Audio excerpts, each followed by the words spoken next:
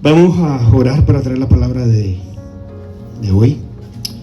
Padre, en el nombre de Jesús te damos gracias, Señor. Gracias por este día. Gracias por las alabanzas, por la administración. Gracias por lo que tú estás haciendo en este lugar, Señor. Gracias por la vida de cada uno de mis hermanos, Señor, que están aquí presentes, Padre. Oh, gracias, Padre, porque tú nos permites accesar al trono de tu gracia, Señor, inquirir de tu sabiduría y tu conocimiento, Señor. Gracias porque tus palabras son espíritu y son vida, Señor, a los que la hallan, Señor. Permite, Señor, que tú puedas usar mi cuerpo, Padre, mi espíritu, mi mente, mi alma, mi corazón, Señor, y mi boca, Señor, para que tú nos traigas una palabra de ánimo. Una palabra que edifique, Señor. Una palabra de consuelo, Señor. Una palabra de propósito, de alineación, Señor. Un momento tuyo, Señor, en donde su espíritu se atraviese a nuestro espíritu, Señor, y nos dé palabras de vida eterna, Padre. Como decían tus discípulos, que tú les preguntaste, ¿vosotros también quieren irse? Y Pedro le dijo, Señor, ¿a dónde iremos? Si solo tú tienes palabras de vida eterna. Gracias, Señor, porque no somos nada si estamos separados de ti. Tú eres la vid verdadera, Señor, y nosotros los pámpanos, las ramas, Señor. Separados de ti nada podemos hacer, Señor. Más conectados a ti, Señor, todo lo podemos en Cristo, que nos fortalece. Filipenses 4:13, Señor. En ti tenemos todas las cosas y los anhelos de nuestro corazón, Padre. Y a ti te rendimos toda la gloria, el poder y la honra por los siglos de los siglos. Amén, amén y amén. Amén. Pueden sentarse, amados. Aleluya. La palabra que el Señor ha puesto en mi corazón y el corazón de mi esposa es la mayordomía de Dios. ¿Ok? Amén. La mayordomía de Dios. ¿Y qué significa ser un mayordomo según la Biblia, verdad? En el Nuevo Testamento hay dos palabras griegas que representan el significado de la palabra mayordomía. La primera palabra es epitropos, que significa administrador, capataz o mayordomo. Desde el punto de vista del gobierno significa gobernador o procurador. A veces se usa en el Nuevo Testamento para referirse a guardián. Vamos a ir a la palabra en Gálatas 4:1-2. Vamos a ir en el nombre del Padre, del Hijo Jesucristo y de su Santo Espíritu. Gálatas 4:1-2. La pueden buscar ahí. La voy a leerles la versión Dios habla hoy. Tiene de título Ya no somos esclavos sino hijos. 4. Lo que quiero decir es esto: mientras el heredero es menor de edad, en nada se difiere de un esclavo de la familia, aunque sea en realidad el dueño de todo. 2. Hay personas que lo cuidan y que se encargan de sus asuntos hasta el tiempo que su padre haya señalado. Amén. Entonces la primera palabra de mayordomía es del griego que dice epitropos. Yo ni sé del griego, ni el griego sabe nada de mí. Que significa administrador, capataz y mayordomo. La segunda palabra griega para describir a un mayordomo es oikonomos. También significa mayordomo, gerente o administrador, y ocurre con mayor frecuencia en el Nuevo Testamento. Dependiendo del contexto, a menudo se traduce como dispensación, mayordomía, gerencia, organización, administración, orden, plan o formación. Se refiere principalmente a la orden o a la administración de un hogar o de los asuntos domésticos. Oikonomos es también el criado o siervo principal al cuidado de una casa, palacio o herencia. La primera asignación que Dios dio al hombre la encontramos en Génesis 1:28-31. Estamos hablando de mayordomía. La primera asignación que Dios le dio al hombre está en Génesis 1:28-31. Voy a usar traducción al lenguaje actual. Y les dio esta bendición. Este es Dios. Quiero que se reproduzcan. Quiero que se multipliquen. quiero que llenen la tierra y la pongan bajo su dominio. La Reina Valera dice fecundar la tierra y soyugarla. Que dominen a los peces del mar y a las aves del cielo y a todos los seres vivos que se arrastran por el suelo. También les dijo Dios: hoy les entrego a ustedes toda planta que da semilla y todo árbol que da frutos. Todo esto les servirá de alimento. Pero la hierba verde será para todos los animales. Y al instante se hizo así. Mientras Dios admiraba la gran belleza de su creación, cayó la noche y llegó la mañana. Este fue el sexto día. Amén. Ahí vemos en Génesis cómo Dios nos está delegando el planeta, que lo cuidemos y todo lo que está en él. La mayordomía es la actitud correcta de cuidar, administrar o guardar con diligencia los bienes que se nos han entregado y encomendado a nosotros con esmero y diligencia. Esto nos lleva a usar los recursos que fueron puestos en nuestra mano por Dios para administrarlos de forma adecuada, sabia, haciendo uso correcto de sus bienes mientras estamos aquí en la tierra. Eso es un mayordomo. Dios nos delegó todo esto por gracia. Amén. El planeta entero. Para que nosotros lo administremos. Aleluya. Un ejemplo básico de una buena mayordomía y una mala mayordomía. Vamos a hablar de la buena administración y de la mala administración. Un ejemplo básico de una buena y una mala mayordomía está en la parábola de las 10 vírgenes. ¿Quiénes se acuerdan de la parábola de las 10 vírgenes? Amén. Habían 5 que fueron insensatas. La Biblia de traducción al lenguaje actual dice descuidadas. Y las otras 5 doncellas o vírgenes eran prudentes. La versión del lenguaje actual dice sabias o buenas administradoras, que llevaron siempre una carga extra de aceite para esperar el regreso del novio. Eso está en Mateo 25, 8 al 13. Vamos a leer Reina Valera, Mateo 8. Y las insensatas dijeron a las prudentes: danos de vuestro aceite, porque nuestras lámparas se apagan. Mas las prudentes respondieron diciendo: para que no nos falte a nosotras y a vosotras, idnos bien a los que venden y comprad para vosotras mismas. 10. Pero mientras ellas iban a comprar, vino el esposo, y las que estaban preparadas entraron con él a las bodas, y se cerró la puerta. ¿Sabe qué quiere decir eso? Que la gracia también tiene una puerta, un tiempo, que se va a cerrar. No todo el tiempo vamos a estar conociendo de Cristo y de su perdón y de la gracia. Va a haber un momento que la puerta se va a cerrar. Lo mismo pasó con Noé. Noé le decía a la gente que se subieran al arca y la gente no quería, ni le interesaba, hasta que la puerta se cerró y ya fue muy tarde para las personas y ellos perecieron en el diluvio. Vamos al 11. Después vinieron también las otras vírgenes diciendo: Señor, Señor, ábrenos. 12. Mas él respondiendo dijo: de cierto digo que no os conozco. 13. Velad pues, porque no sabéis el día ni la hora en que el Hijo del Hombre ha de venir. Amén. Aquí tenemos una historia muy bonita de mayordomía buena y pésima mayordomía. Eran 10 vírgenes. Notamos que todas eran vírgenes, ¿okay? Y todas están esperando al esposo. En este caso el esposo es Cristo. 5 eran prudentes o sabias y las otras insensatas o descuidadas. Como decimos nosotros en Centroamérica, deschavetadas. Que no le paraban mente a las cosas. Y cabecearon, dice la parábola que ellas cabecearon y durmieron. Y de repente se oyó una voz del vocero diciendo: ahí viene el esposo, ahí viene el esposo, salid, recibirle. Y ellas comenzaron a prepararse.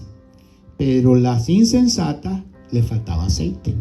Y le pidieron a las otras 5 vírgenes, a las prudentes. Las prudentes le dijeron: mire, para que no nos falte a nosotras ni a ustedes, vayan donde los que le venden y compren ustedes aceite. Porque las prudentes tenían una carga extra de aceite. Las insensatas no tenían nada. Y cuando ellas fueron a buscar el aceite, entró el esposo con su cortejo, entró a la sala, se cerró la puerta, y al regresar las insensatas, pues comenzaron a gritar y a pedirle al Señor que le abriera la puerta. Señor, Señor, ábrenos. Y el Señor les dijo: de cierto digo que nunca os conocí. Se quedaron afuera. ¿De qué? Afuera de la dispensación de la gracia. O sea, no todo el que está dentro de un redil es salvo. Amén. Sino aquellos que han recibido a Cristo y hacen la voluntad del Padre. ¿Me entiende? Hay gente que piensa que la iglesia da la salvación. No, la salvación la da Cristo. Es exclusiva de Él.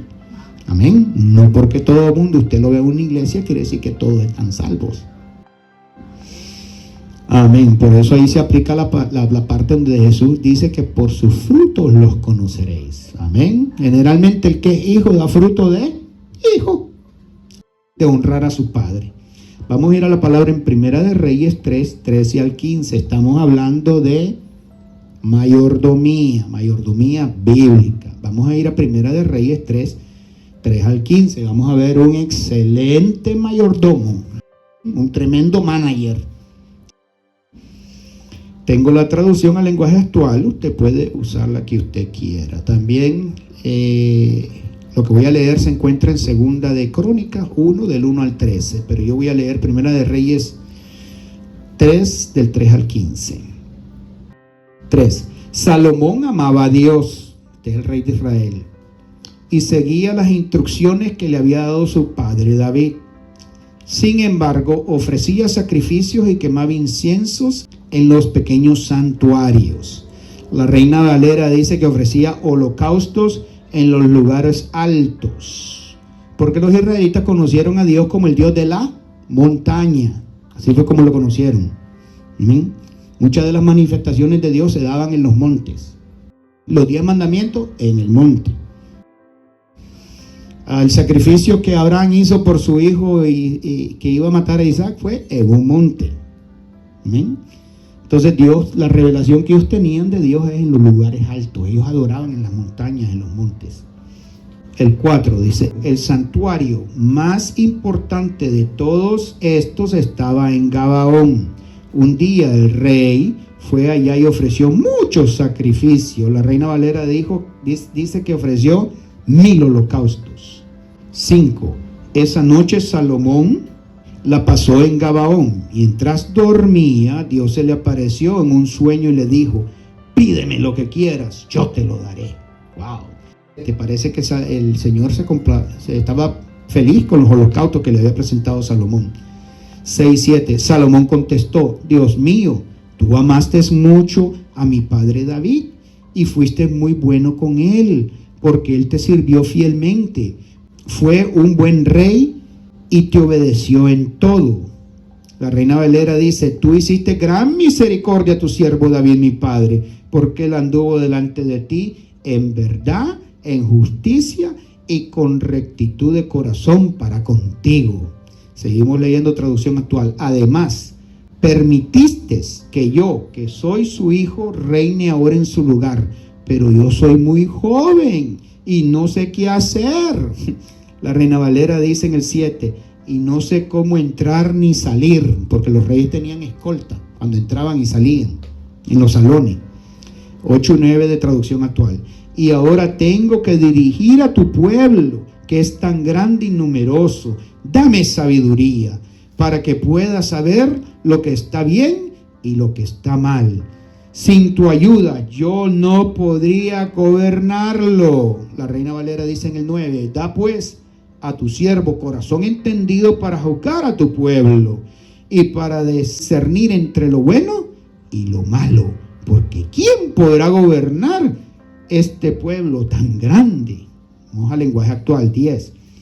A Dios le gustó que Salomón pidiera eso. 11. Y le dijo: como me pediste sabiduría para saber lo que es bueno, en lugar de pedirme una vida larga, riquezas o la muerte de tus enemigos. 12. Voy a darte sabiduría e inteligencia. Serás más sabio que todos los que han vivido antes o vivido después de ti. Wow, ni Albert Einstein. Increíble lo que le dieron a este hombre. 13. Pero además te daré riquezas y mucha fama, aunque no hayas pedido eso. Le dieron hasta un bonus al hombre. Mientras vivas, no habrá otro rey tan rico ni tan famoso como tú. 14. Y si me obedeces en todo como hizo tu padre, vivirás muchos años. Aquí hay una condición que Dios le está poniendo a Salomón: obediencia. 14. Y si me obedeces en todo como hizo tu padre, vivirás muchos años. 15. Cuando Salomón se despertó, se dio cuenta que había estado soñando. Después fue a Jerusalén y de pie ante el cofre del pacto de Dios presentó sacrificios y ofrendas de paz. Cuando terminó, hizo una fiesta para con todos sus asistentes y consejeros. ¡Wow! Entonces el primer requisito para uno ser un buen administrador es pedirle sabiduría a Dios. Amén. En todas las áreas de su vida. Y Señor, dice Santiago, creo que es 1:5, la da abundantemente y sin reproche al que se la pida. Amén.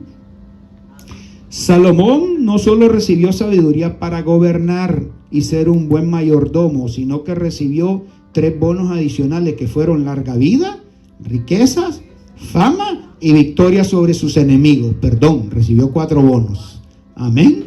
Y victoria sobre sus enemigos. Salomón fue el rey que hizo de Israel una potencia comercial y armada, al punto que el oro era muy común encontrarlo en Israel porque fueron muy prósperos en el comercio, en relaciones diplomáticas con muchos países. Salomón gobernó Israel 40 años. Desafortunadamente se desvió adorando otras cosas y no está muy claro acerca del arrepentimiento de Salomón. ¿Ven? Pero fue un gran líder, fue admirado por muchos pueblos. Su fama se extendió cuando no existía ni YouTube ni Facebook. Hasta una reina llegó a buscarlo, de tanto que oían de la sabiduría de Salomón. Y en un juicio llegaron 2 prostitutas peleándose por un niño, por un bebé. Y una decía que era de ella y la otra le decía, no, el de ella murió.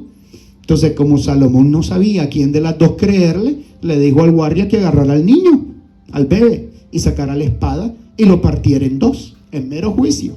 Y le diera la mitad a una prostituta y la mitad a la otra. Y cuando iban a hacer eso, la verdadera madre de la criatura se tiró hacia el bebé y le dijo, está bien, rey, dáselo a ella, dáselo a ella. Y ahí Salomón supo que ella era la verdadera madre del niño. Qué lindo, ¿verdad? Ese era el juicio sabio de Salomón. Y fue un rey que gobernó Israel muchos años por el simple hecho que en vez de pedir riquezas, que en vez de pedir fama, que en vez de pedir dinero, que en vez de pedir la victoria sobre sus enemigos, que en vez de pedir fortuna, pidió sabiduría. Y a Dios le gustó la petición de Salomón. Y le dijo, te voy a hacer sabio, que no va a haber alguien ni antes de ti, ni después de ti habrá sobre la tierra. Y te voy a dar todo lo que no me pediste. Riqueza, fama, fortuna y victoria sobre sus enemigos. Wow, y Salomón fue la verdad que era un hombre de palacio. David era un guerrillero. Salomón fue muy diferente. Salomón se casaba con la hija de un faraón, se casaba con la hija de otro rey y hacía alianzas comerciales con todo el mundo. El problema de Salomón fue que las mujeres desviaron el corazón de Salomón y lo llevaron a cometer actos de idolatría. Y no está claro en la Biblia si él al final se arrepiente o no. Pero fue un buen administrador. Amén. ¿Cuáles son las características de un buen mayordomo, manager, gerente o administrador? Número 1 es que son fieles. Su misión es proteger el nombre de su empresa y su dinero para que nadie la difame. Son excelentes en su trabajo, pues solo quieren lo mejor para la empresa y ayudan a los empleados en todo lo que pueden y esté a su alcance. Son diligentes en todo lo que ellos hacen y tienen una mente expansiva y abundante. Usted ve que las vidrieras son bien lindas Cuando hay un buen gerente, él siempre está cambiando la vidriera, poniendo las cosas nuevas que salen al mercado, promoviendo y tratando de levantar siempre las ventas. Y son personas diligentes. Cuando falta alguien, él va a trabajar. ¿Okay? Inclusive yo he oído managers, amigos míos, que le han echado a perder las vacaciones. Están en vacaciones y la empresa los llama y ellos les dicen, ok, voy, y van. Y a raíz de eso he oído que la empresa le dice, ¿sabe qué? En vez de cogerte 2 semanas de vacaciones, te vamos a dar 3. Porque la empresa vio que el hombre respondió en medio de una emergencia. ¿Amén? No todo el mundo piensa así. Hay gente que dice, no, son mis vacaciones, yo mejor ni contesto el teléfono. Amén. Son gente muy responsable. Amén. Otro buen ejemplo de mayordomía fue el gobierno de José en Egipto. Él supo aprovechar bien los 7 años de abundancia para recoger 1/3 del grano de todo el imperio de Egipto para no padecer de hambre durante 7 años de terrible escasez que Dios se lo había profetizado al faraón en un sueño. ¿Amén? En pocas palabras, José aprovechó bien los tiempos de abundancia para no padecer necesidad en momentos difíciles de extrema carencia. La historia que comenzó con una tragedia en donde José, un muchachito de solo 17 años, es vendido como esclavo por sus propios hermanos y luego echado en la cárcel por un crimen que él nunca cometió en Egipto, terminó con un desenlace feliz, en la cual él interpreta el sueño de Faraón que ni aún sus propios sabios, brujos, astrólogos, adivinos podían interpretarlo. Y fue José quien le dio la interpretación. Esto hizo que Dios promoviera a José. No fue Faraón. Dios usó a Faraón para promoverlo como gobernador de Egipto y ponerlo en alto. Todo esto ocurrió como resultado de que José supo aprovechar bien las oportunidades y no desmayó en su fe y nunca dejó que las malas acciones de otros cambiaran su forma de ser o de pensar, pues tuvo un corazón diligente hasta el punto que perdonó a sus propios hermanos. ¡Wow! Este era un hombre que le metieron una tremenda puñalada a los 17 años, un niño. Se los venden a unos mercaderes ismaelitas que iban pasando con camellos e iban rumbo a Egipto. Ismaelita viene de Ismael, descendientes de Ismael, del primer hijo del padre Abraham. Y los hermanos vienen y lo venden, tipo de Cristo. Y el que tuvo la idea de venderlo era un tal Judas. Qué coincidencia que Judas fue el que más tarde vende a Jesucristo. Amén. Cientos de años después. Y el pobre pues lleva al mercado, el niño lo llevan al mercado y lo compra un general de la guardia del faraón, Potifar. Potifar lo lleva a la casa y el muchacho comienza a prosperar en todo. La casa de Potifar prospera por causa del Dios de José. Y Potifar lo pone de administrador. Pero desafortunadamente la mujer de Potifar parece que tenía un problema hormonal y le gustó el muchachito. Y lo comenzó a acosar. Y le decía, tú eres mi esclavo, tú te vas a acostar conmigo. Y le decía, no señora, ¿cómo yo voy a hacer ese agravio? Su marido me ha dado todo. Todo está en mis manos, él no se tiene que preocupar por nada. ¿Cómo yo voy a hacer semejante barbaridad y pecar contra mi Dios? Y la mujer lo acosaba hasta el punto que le arrancó los vestidos en una ocasión, cuando no había nadie en la casa. Amén. Y él salió huyendo. Amén. Casi desnudo el pobre hombre. Cuando regresó Potifar, el general, la mujer le dijo, el hebreo que tú has traído se burló de nosotros. Aquí están los vestidos, me quiso violar. Y el pobre para en la cárcel. Pero ¿qué pasó? Aún ahí en la cárcel dice que Dios lo ponía en gracia con el encargado de la cárcel. Y él hizo que la cárcel prosperara. Qué cosa más grande. O sea, que usted en medio del punto más oscuro de su vida, Dios lo puede poner en gracia para que usted salga adelante. ¿Amén? Y llegaron a caer ahí un copero y un panadero. ¿Amén? Porque el rey se enojó con ellos, el faraón. Y el copero y el panadero le dijeron a José, tuvimos un sueño. Y el copero le dice, yo soñaba que yo exprimía las uvas y tenía una copa y la pasaba. El panadero dice que soñó con unas canastas de pan y que eran 3 canastas y que venían las aves del cielo y se las comían. Y entonces José les dice la interpretación de los dueños a ambos. Le dice al copero: en 3 días el faraón te soltará, te restituirá tu cargo. Pero el panadero le dice: tengo malas noticias para usted, amigo. Lo van a matar. Y si las aves del cielo le van a comer su carne. Y me imagino que el panadero se ha de haber enojado mucho con la interpretación. Pero resulta que todo se dio tal y como José se lo había dicho en la cárcel. Pasaron 2 años. José le dijo al copero: acuérdate de mí, no me olvides. Pero el copero volvió a su trabajo de jefe de vino, y no era un trabajo fácil el de copero, porque a los reyes en la antigüedad los envenenaban. Entonces el copero era el que tenía primero, y esperaban unos minutos a ver si caía. Se moría. Si no caía, pues le daban al rey de beber. Ese era el trabajo del copero. Pasaron 2 años y el copero siguió viviendo su vida, su trabajo.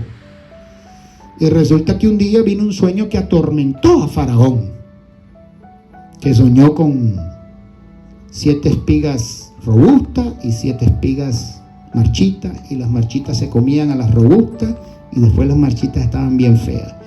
Y vio salir del río Nilo 7 vacas horribles, raquíticas, que se comían a 7 vacas hermosas. Y resulta que las vacas flacas estaban siempre horribles y peor. Y eso lo atormentó a él. El copero le dijo: hay un muchacho hebreo ahí en la cárcel que me interpretó a mí, el panadero, el sueño. Y se dio exactamente como él dijo. Faraón lo mandó a llamar. ¿Ok? Y Faraón le dijo: mira, este es mi sueño. José le da la interpretación. Y encima de la interpretación, José le da un tip. Le dice: escoja usted a un buen mayordomo, a un hombre sabio, a un administrador que se encargue de recoger 1/3 del grano de Egipto, para que cuando estén esos 7 años de abundancia, lo recojan todo, y cuando vengan los 7 años de hambre, Egipto no perezca. Y entonces ahí Faraón dice: encontraremos en toda la tierra de Egipto un hombre en donde more el Espíritu de Dios como este muchacho. Y ahí Faraón se quita el anillo, se lo pone en el dedo a José, y le dice: ahora tú serás gobernador de mi casa y de mi pueblo. Solo en el trono, ojo, solo en el trono yo soy mayor. Y comenzaron a pregonar en carruaje, y todo el mundo comenzó a inclinarse ante José. Amén. Luego pasan los 7 años de abundancia, llega el hambre, y el hambre golpea también la tierra de Canaán, al norte, lo que hoy es Israel. Y vienen sus hermanos hasta Egipto, porque oían que en Egipto había comida. Y cuando llegaron le dijeron: ese es el gobernador. Se tuvieron que inclinar, y se le cumplió el sueño que había visto José. Porque los hermanos lo envidiaban por los sueños que él tenía. Y los hermanos le reclamaban: ¿quiere decir que nosotros nos vamos a inclinar ante ti? ¿Que tú vas a gobernar sobre nosotros? Ellos se enojaban, los hermanos, y hasta el papá Jacob también. Y todo se cumplió. Al final él termina perdonando a sus hermanos. Amén. Y le dice: no fueron ustedes los que me mandaron a Egipto, fue Dios, para que no perecieran nuestras familias de hambre. ¿Y qué pasó con eso como resultado? José preservó la simiente de Abraham hasta que llegara el Mesías Jesucristo. Qué lindo, amén. Al Señor sea la gloria y honra por ser diligente, buen administrador y tener un corazón que perdona. Amén. Gloria a Dios. Los buenos administradores aprovechan bien el tiempo y las oportunidades. En donde alguien ve un fracaso, otro ve otra oportunidad. En donde alguien ve escasez, otro ve tesoros, abundancia. En donde alguien ve cosas negativas, alguien ve oportunidades de empleo, de trabajo. Amén.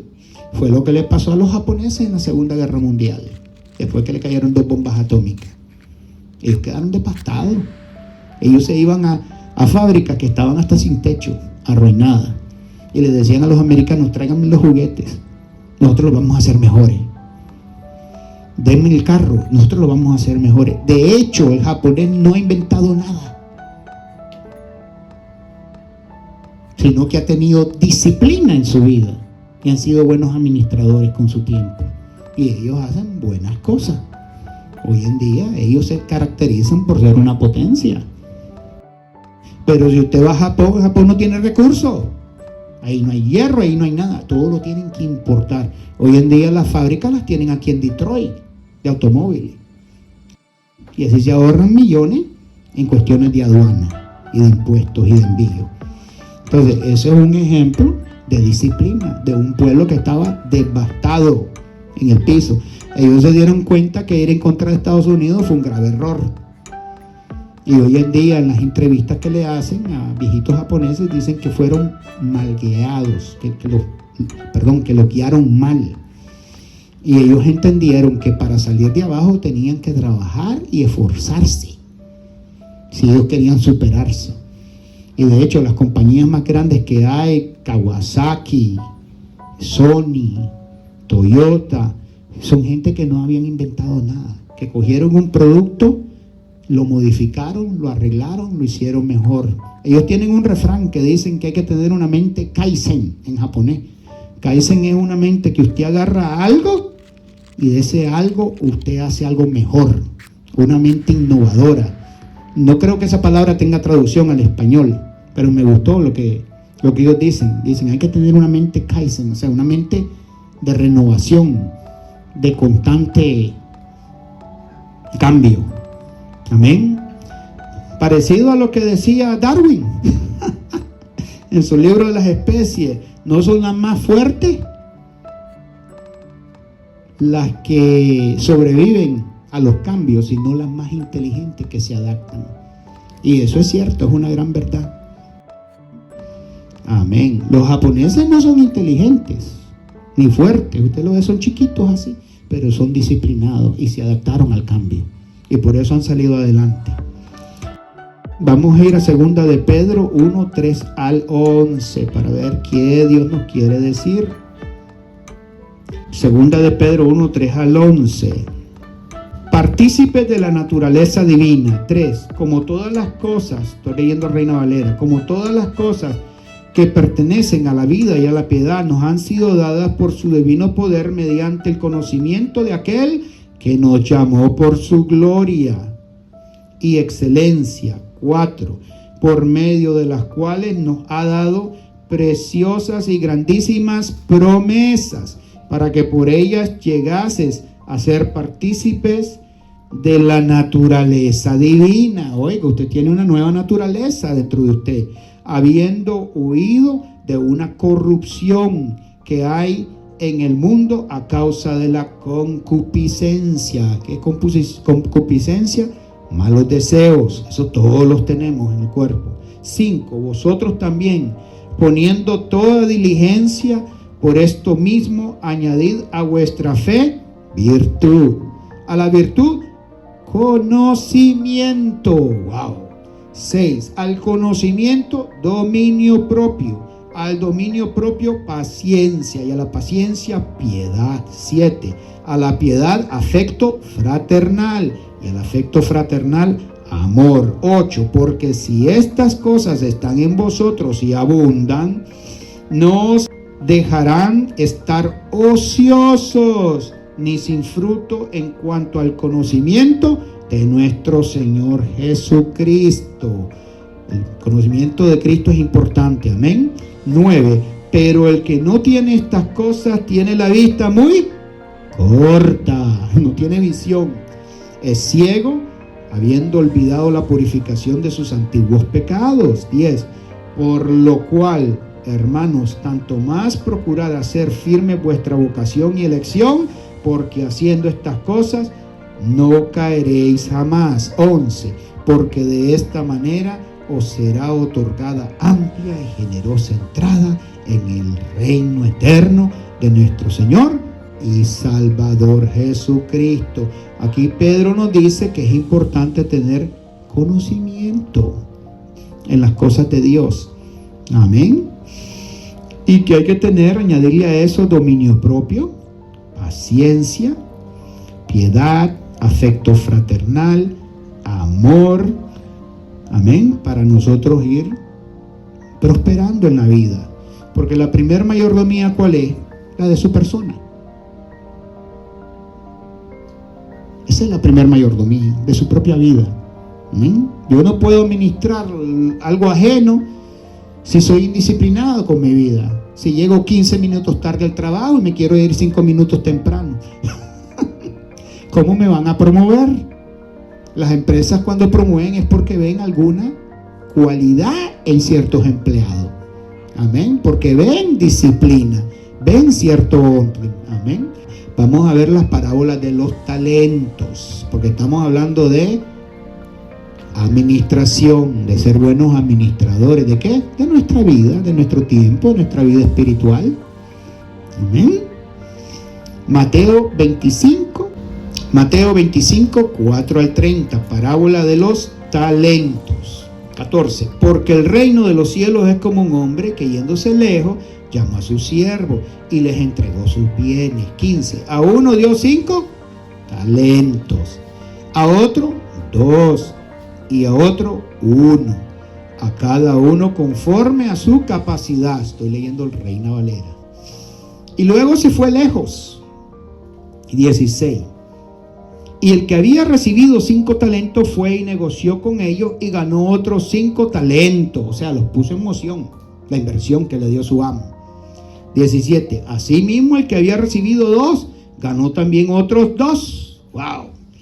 18, pero el que había recibido 1 fue y cavó en la tierra y escondió el dinero de su señor. 19, después de mucho tiempo vino el señor de aquellos siervos y arregló cuentas con ellos. 20, y llegando al que había recibido 5 talentos, trajo otros 5 talentos diciendo, Señor, 5 talentos me entregaste, aquí tienes. He ganado otros 5 talentos sobre ellos. 21, y su señor le dijo, bien, buen siervo y fiel, sobre poco has sido fiel, sobre mucho te pondré. Entra en el gozo de tu señor. Tremenda promoción. 22, llegando también el que había recibido 2 talentos, dijo, Señor, 2 talentos me entregaste, aquí tienes. He ganado otros 2 talentos sobre ellos. 23, su señor le dijo, bien, buen siervo y fiel, sobre poco has sido fiel, sobre mucho te pondré. Entra en el gozo de tu señor. 24, pero llegando también el que había recibido 1 talento, dijo, Señor, te conocía que eres un hombre duro, que ciegas donde no siembres, recoges donde no esparces. 25, por lo cual tuve miedo, note esta palabra, atrápela, tuve miedo y fui y escondí tu talento en tierra, aquí tienes lo que es tuyo. 26, respondiendo su señor le dijo, siervo malo y negligente, sabías que ciego donde no sembré y que recojo donde no esparcí. 27, por tanto debías haber dado mi dinero a los banqueros y al venir yo hubiera recibido lo que es mío con intereses. 28, quítenle pues el talento y dadlo al que tiene 10 talentos. 29, porque al que tiene le será dado y tendrá más, y al que no tiene, aún lo que tiene le será quitado. 30, al siervo inútil echarle a las tinieblas de afuera, ahí será el lloro y crujir de dientes. Wow, aquí el Señor ni siquiera le pidió al tercer siervo que los negociara. Fíjate que Él le dio de acuerdo a sus capacidades. A uno le da 5, a otro le da 2 y a otro le da 1, de acuerdo a su capacidad. Los primeros 2 que hicieron, negociaron y duplicaron. El de 5 trajo 10 y el de 2 trajo 4. Pero el que trajo 1 tuvo miedo.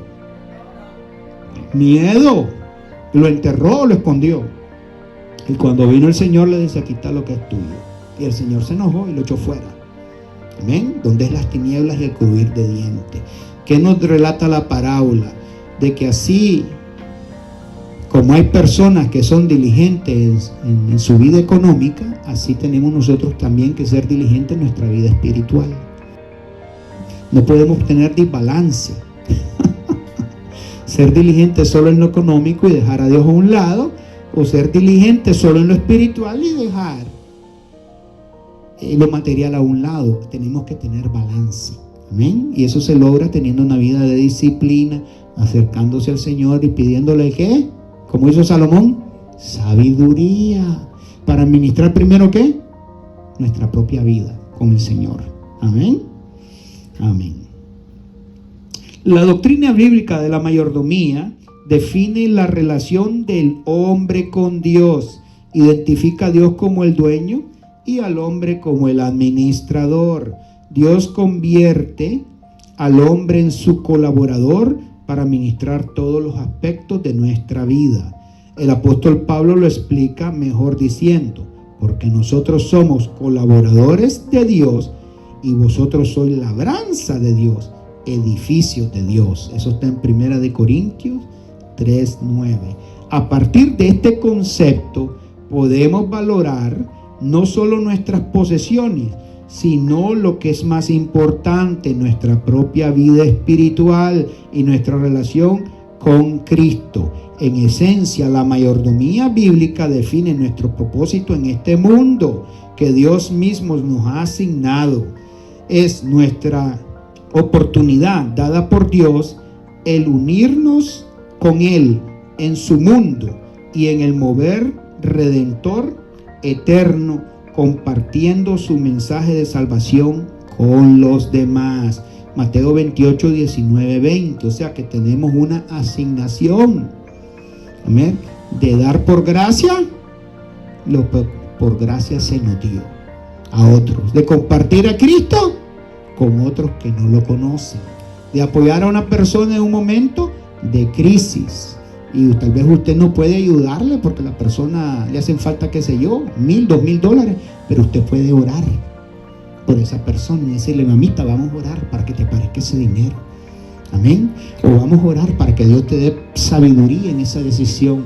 O vamos a orar para que te vaya bien en esa entrevista de trabajo. O vamos a orar para que Dios te quite esa pereza y vayas a la iglesia a buscar del Señor. O vamos a orar para que aprendas inglés. Hay gente que me han dicho: es que no me entra. Mire, yo tuve con mi esposa, creamos 3 sobrinas. La mayor, la del medio y la menor. La de mayor dijo que el inglés no le entra y la menor dijo lo mismo. Y la de medio fue bien agresiva. No solo aprendió inglés, trabaja ahora en farmacia. Porque el inglés le abrió puertas, el idioma. Fue bien agresiva. Entonces no está en cuestión de que la mayor era mayor, ni de que la menor era muy joven. Está en cuestión que la de medio era disciplinada. Y lo aprendió y lo dominó. Y trabaja para una compañía grande de farmacia. Fue agresiva ella. Amén. ¿Por qué? Porque su vida fue disciplinada en ese aspecto. Y eso se aplica también a la vida espiritual nuestra. La mayordomía no se refiere en que Dios toma algo de nosotros, sino que Él ya depositó su espíritu en nosotros. Es su método de derramar sus abundantes dones a su pueblo para que ellos alcancen su propósito en la vida y prosperen tanto espiritual como económicamente. Amén. Dios quiere que prosperemos en todo. Eso está en 3 de Juan 1:2. 3 de Juan 1:2. Voy a leerles Reina Valera. Amados, yo deseo que tú seas prosperado en todas las cosas y que tengas salud, así como prospera tu alma. ¿Por qué? Porque si usted no tiene salud, no tiene nada. ¿Amén? Entonces aquí Juan nos dice, 3 de Juan 1:2 dice: amado, yo deseo que tú seas prosperado en todas las cosas y que tengas ¿qué? Salud, así como prospera su alma. Así que usted siempre pídele al Señor buena salud. Amén. Buena salud para que pueda salir adelante. La mayoría de las veces cuando pensamos en una buena mayordomía, lo hacemos en cuanto a cómo administramos nuestras finanzas y nuestra fidelidad en dar los diezmos y ofrendas. Pero en la medida que empezamos a ver, es mucho más que eso. De hecho, es algo más que simplemente la administración de nuestro tiempo, nuestras posesiones, nuestro ambiente o nuestra salud. La mayordomía es nuestro testimonio obediente a la soberanía de Dios. Es lo que motiva a los seguidores de Cristo a ser activos, haciendo obras que manifiesten su fe en Jesús y que las personas puedan conocerlo a Él por medio de nuestras buenas acciones. Amén.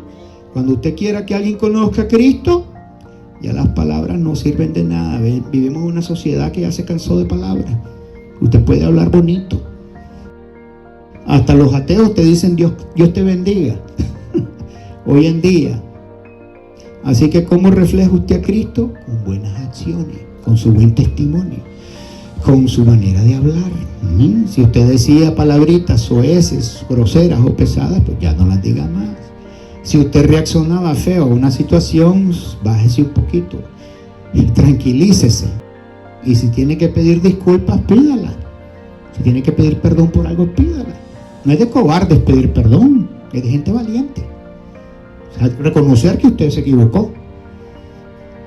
No hay mucha gente así. Hay gente que le embarran y no quieren reconocer su error. Pero cuando usted reconoce su error, usted crece espiritualmente. Usted aprende.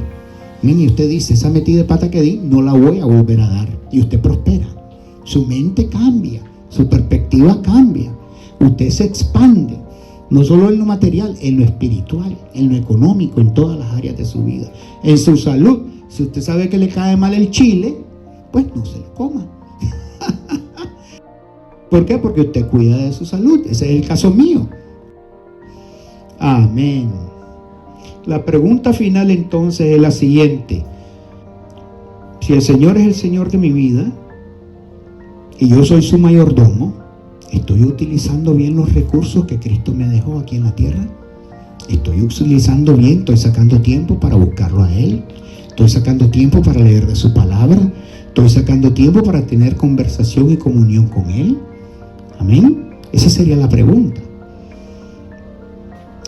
Pidiendo a Dios que nos ayude a ser buenos mayordomos de nuestro tiempo, de nuestros recursos, de nuestro dinero, de nuestros hogares, de nuestros hijos, de nuestros nietos, de nuestra vida, de todo lo que Él ha puesto en nuestra mano. Amén. Para que Él se glorifique, para que usted pueda ser usada, para que usted pueda darle aliento a alguien, para que usted pueda empoderar a alguien, para que usted pueda ministrar a alguien, para que usted dé una palabra de sabiduría, una palabra de conocimiento, una palabra de redención, una palabra que acerque a las personas a Cristo. Amén. Para que todas las áreas de su vida prosperen, porque esa es la voluntad del Señor.